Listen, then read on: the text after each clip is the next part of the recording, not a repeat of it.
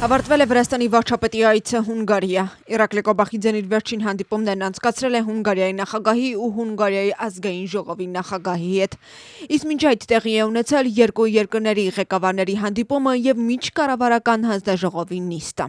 Ստորագրվել են համաձայնագրեր գյուղատնտեսության, էներգետիկայի, մշակույթի ու նորարարության, ինչպես նաեւ սպորտի ոլորտներում համագործակցության վերաբերյալ։ Հունգարիայի կառավարության ղեկավարի անվերապահ աջակցությունը Վրաստանի եվրոպական ինտեգրման ճանապարհին եւ առևտրատնտեսական ներուժի առավելագույն կիրառում։ Սրանք են հիմնական ուղերձները։ Հունգարիայում տեղի է ունեցել Իրակլի Կոբախիձեի եւ Վիկտոր Օրբանի հանդիպումը, ինչպես նաեւ միջկառավարական հանձնաժողովի նիստը։ Վարչապետի խոսքով քննարկվել են բոլոր ուղղություններով համագործակցության հերանեկարները, ստորագրվել են տարբեր հուշագրեր 4 ուղղություններով, այդ թվում քաղաքական համագործակցության զարգացման, ինչպես նաեւ առևտրատնտեսական, մշակութային կապերի խորացման, կրթության ոլորտում համագործակցության ու գյուղատնտեսության ոլորտներում։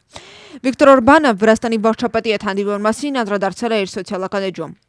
Սա վարչապետ Կոբախիձեի հետ այս տարվա 4-րդ հանդիպումն է։ Հունգարիան եւ Վրաստանը երկու ինքնիշխան երկրներ հրաժարվում են լինել ինչ-որ մեկի պատրաստմի խաղաքարեր։ Մենք հրաժարվում ենք եւ մերժում ենք շանտաժը, դեմ ենք ճնշմանն ու ընտրում ենք աճի, էներգետիկան վտանգության եւ ավելի սերտ համագործակցության ուղին։ Եկեք անցնենք գործի, գրել է Վիկտոր Օրբանը։ Թբիլիսիում քաղաքական գնահատականներ են հնչում Դոնալդ Տուսկի հայտարարության վերաբերյալ։ Լեհաստանի վարչապետի խոսքով ինքը պատրաստ է վիզային սահմանափակումներ մտցնել մի քանի երկրների, այդ թվում ընդդեմ Վրաստանի, անօրինական միգրացիան նվազագույնի հասցնելու համար։ Ըստ Դոնալդ Տուսկի, խնդիրը չի վերաբերում միայն Վրաստանին, այն վերաբերում է նաև այն երկրներին, որտեղից միգրացիան ուղղակի սպառնալիք է ներկայացնում Լեհաստանի կամ Եվրոպայի իրավական կամ հասարակական կարգի համար։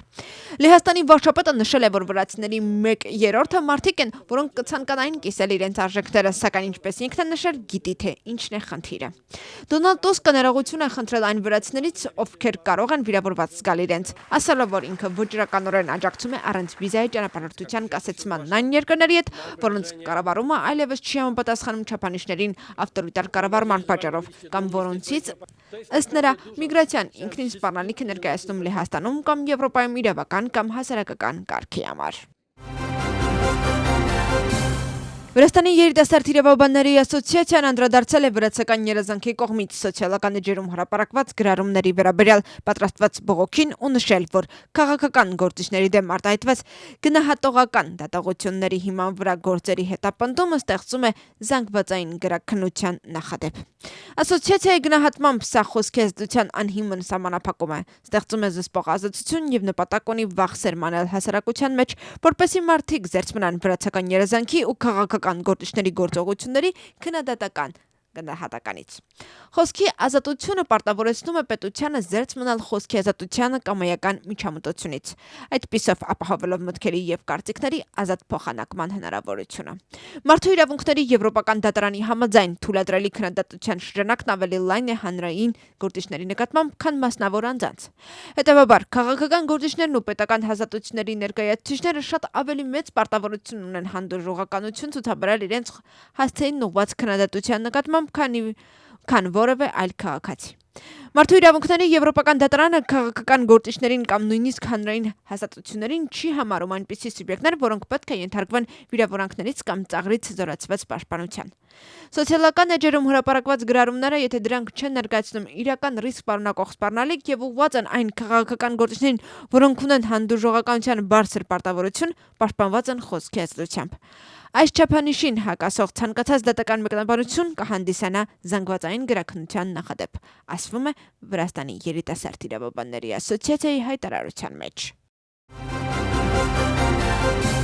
Ստրասբուրգի դատարանը պաշտպանում է շատ խիստ նաև քննադատական կարծիքները, բայց չի պաշտպանում ատելության խոսքը, հայոյանքը։ Սա է չափանիշը, մնացածը կախված է մեր դատարանի ներկայացված ապացույցներից։ Այսպես է Վրաստանի հանրային պաշտպանը պատասխանել վրացական երազանքի կողմից սոցիալական էջերում հրապարակված գրառումների վերաբերյալ պատրաստված բողոքի վերաբերյալ հարցին։ Այսօր քաղաքային դատարանում տեղի է ունեցել Նիկ Ամելիայի դատավարությունը խորհրդանի ժամանակավոր քննչական հանձնաժողովին չներկայանալու գործով։